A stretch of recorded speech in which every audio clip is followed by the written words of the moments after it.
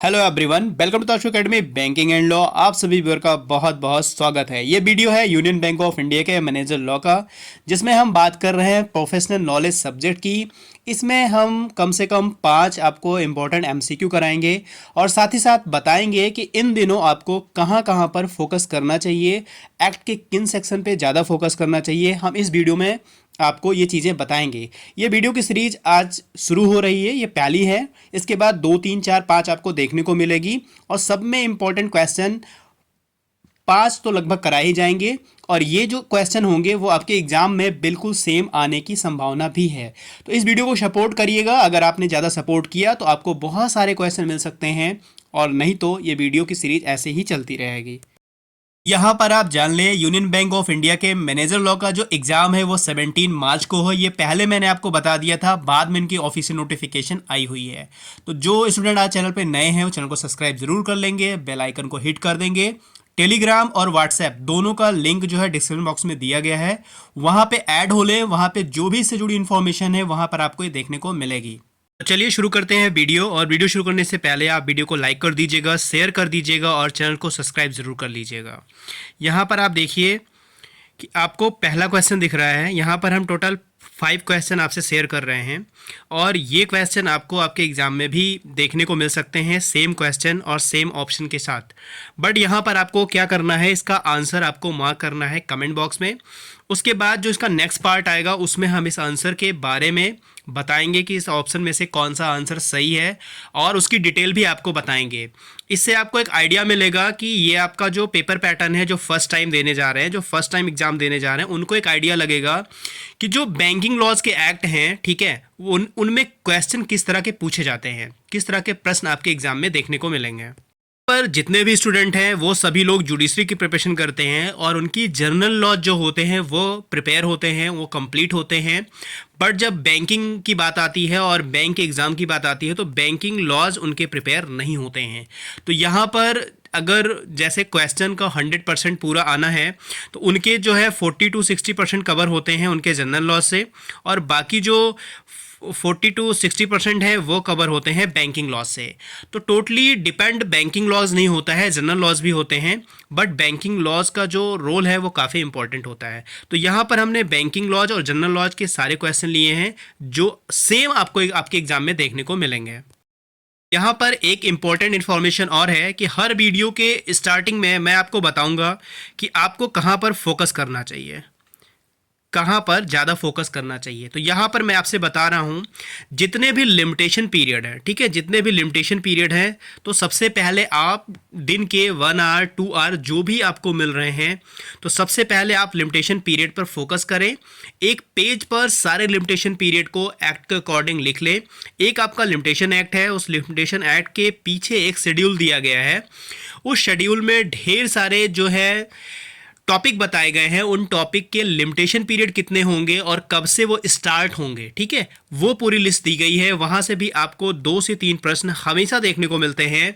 और जो हमारे एक्ट हैं, जैसे आरटीआई है, ठीक है, आरटीआई में लिमिटेशन पीरियड की बात करें कि अगर हमारा जो सेक्शन 6 है, सेक्शन 6 में अगर हम ऑब्टेनिंग इन्फॉर्मेशन मांगते हैं, सूचना मांगते हैं, तो उसका जो कितने दिनों में सूचना हमको दी जानी चाहिए, लिमिटेशन पीरियड कितना होगा, तो सेक्शन 7 में बताया गया है कि 30 डेज के अंदर अंदर आपको इन्फॉर्मेशन दी जाएगी। तो it is a limitation period. तो इस तरह के, जैसे सेकेंड अपील कितने दिनों में होगी, 19 डेज में होगी, ठीक है, ये सारे क्वेश्चन आपसे पूछे जाते हैं, बहुत बार पूछे गए हैं। तो जैसे एक्ट के अकॉर्डिंग आप लिमिटेशन जो है अपने एक पेज पर नोट कर लीजिए। लिमिटेशन से आपको कम से कम 8 से 10 प्रश्न जो है मिलेंगे ही मिलेंगे आपके एग्जाम में। तो सारे एक्ट का लिमिटेशन और जो लिमिटेशन एक्ट है उनका लिमिटेशन पीरियड ज़रूर नोट करें और याद रखें। सरफेसी एक्ट में है, आरडीबी एक्ट में है, लगभग एक्टों में सबका लिमिटेशन पीरियड है, एक टाइम पीरियड है, टाइम पीरियड जिसे आप कह सकते हैं। तो यहाँ पर ये इंपॉर्टेंट है, इस पे आप इस टाइम फोकस जरूर करिएगा। नेक्स्ट वीडियो में हम अगले टॉपिक को बताएंगे कि आपको और क्या कवर करना है। अगर आपकी कोई क्वेरी है तो मुझे कमेंट में करके पूछ सकते हैं, व्हाट्सएप पर मुझसे आप बात कर सकते हैं। हम आपसे यहाँ 5 क्वेश्चन शेयर करेंगे, इसका आंसर आप लोग को कमेंट बॉक्स में करना होगा और इसका डिटेल आंसर हम अगले वीडियो में शेयर करेंगे। इस स्लाइड का ये पहला क्वेश्चन है, this is a first question, और यहाँ पर आप वीडियो को पॉज कर लीजिए। आराम से इस क्वेश्चन को पढ़िए और समझिए और इसका आंसर जो है कमेंट बॉक्स में ज़रूर दीजिए। इसका आंसर क्या होगा कमेंट बॉक्स में दीजिए, और इसका जो आंसर है और डिटेल जो है वो हम नेक्स्ट वीडियो में शेयर करेंगे आपसे। यहाँ पर जो भी क्वेश्चन है वो आपके एग्ज़ाम में आ सकते हैं और सेम ऑप्शन के साथ, और जैसा क्वेश्चन आपको बनाया गया है पैटर्न ये सेम आपको देख सकते हैं। तो अभी तक आपने एक्ट को पढ़ा है या ढेर सारे एमसीक्यू सॉल्व किए हैं या अभी तक प्रिपरेशन कर रखी है, ठीक है, तो ये आप जो है आराम से इस क्वेश्चन को कर सकेंगे। ये आपका सीपीसी का है, ठीक है, ये मैं आपको बता दे रहा हूँ, और यहाँ पर क्या आंसर होगा आप लोग कमेंट बॉक्स में ज़रूर बताइएगा। चलिए दूसरा क्वेश्चन देखते हैं। ये है सेकंड क्वेश्चन आपका, ठीक है, जो हमारा लोक अदालत होता है, ठीक है, ये उससे रिलेटेड है। हमारा जो लीगल सर्विस अथॉरिटी एक्ट है, ठीक है, इससे जुड़ा हुआ यह प्रश्न है। ये भी काफ़ी बार आपके एग्ज़ाम में मल्टीपल टाइम हर एग्ज़ाम बैंक के लॉ ऑफिसर में देखने को मिले हैं, चाहे वह स्केल 1 का हो, चाहे स्केल 2 का हो, चाहे स्केल 3 का हो, हर एग्ज़ाम में आपको देखने को ये क्वेश्चन मिला है। तो इसका भी आंसर आप लोग वीडियो को पॉज कर कमेंट बॉक्स में दीजिए, और इसका आंसर और डिटेल हम अगले वीडियो में शेयर करेंगे। तो चलिए चलते हैं तीसरे क्वेश्चन की तरफ। ये थर्ड क्वेश्चन है, ठीक है, जो रिलेटेड है आईपीसी से। आईपीसी में ये प्रश्न काफ़ी पूछे गए हैं, ठीक है, और यहाँ पर आपके जो 406 से बहुत सारे क्वेश्चन पूछे जाते हैं, 403 से आपके बहुत सारे प्रश्न पूछे जाते हैं, ठीक है, सेक्शन 403 सेक्शन 406 से भी कई बार मल्टीपल टाइम क्वेश्चन पूछे गए हैं। तो यहाँ पर इसका आंसर क्या होगा आपको कमेंट बॉक्स में देना है। वीडियो को पॉज करिए और आराम से इस क्वेश्चन को पढ़िए, और पढ़ने के बाद इसका आंसर जरूर करिए, क्योंकि अभी तक आपने ढेर सारी पढ़ाई कर ली होगी, बहुत सारे एक्टों को रिवीजन कर लिया होगा, ढेर सारे एमसीक्यूज लगा लिए होंगे। तो यहाँ पर आप आंसर जरूर दीजिए, और ऐसा नहीं कि बहुत टफ क्वेश्चन है, ये जुडिशरी में बहुत बार पूछे गए हैं, तो ये बहुत ही सिंपल और नॉर्मल से क्वेश्चन है जहाँ पे इसका आंसर आप दे सकते हैं।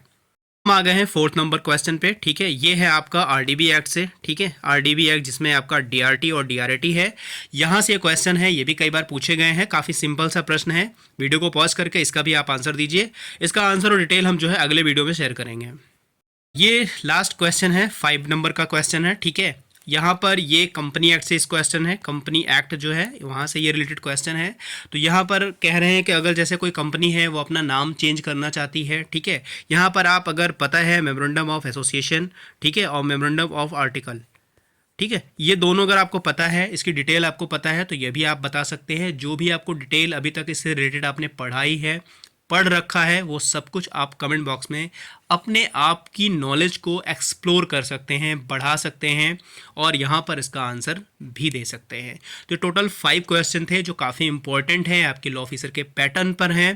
तो यहाँ पर अपनी भागीदारी जरूर सुनिश्चित करिए, पार्टिसिपेट करिए इन इम्पोर्टेंट क्विज में।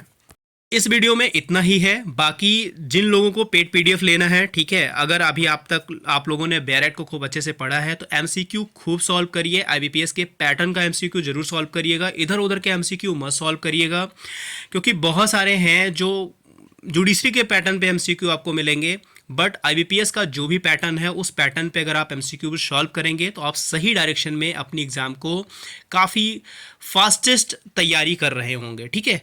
तो पेड पीडीएफ अवेलेबल है, 1800 क्वेश्चन है उसमें, ठीक है, ये आप ले सकते हैं। प्रीवियस ईयर टोटल 12 पीडीएफ है मेरे पास, वो भी आप परचेज कर सकते हैं, और इसमें भी काफ़ी क्वेश्चन आपको आपके एग्जाम में भी देखने को मिल सकते हैं। यूबीआई के टोटल आपको 5 पीडीएफ मिलेंगे, ठीक है, टोटल 500 क्वेश्चन, ये भी काफ़ी इंपॉर्टेंट है, अगर आप चाहें तो ले सकते हैं। सेंट्रल बैंक ऑफ इंडिया के आपको 3 पीडीएफ टोटल 300 प्रोफेशनल लॉ के मिलेंगे, और बाकी 100 क्वेश्चन जो होंगे वो आपके कंप्यूटर नॉलेज और जो फाइनेंशियल और बैंकिंग अवेयरनेस है वो भी आपको मिलेंगे।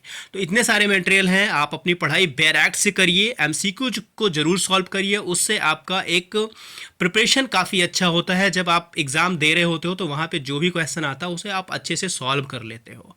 तो इस वीडियो में इतना ही है, मिलता है नेक्स्ट वीडियो में। God bless you to all. इस वीडियो को सपोर्ट जरूर करिएगा, जितना सपोर्ट करेंगे इसमें उतने एमसीक्यू आपको बढ़कर मिलेंगे। मिलता है नेक्स्ट वीडियो में। God bless you to all. Thank you for watching.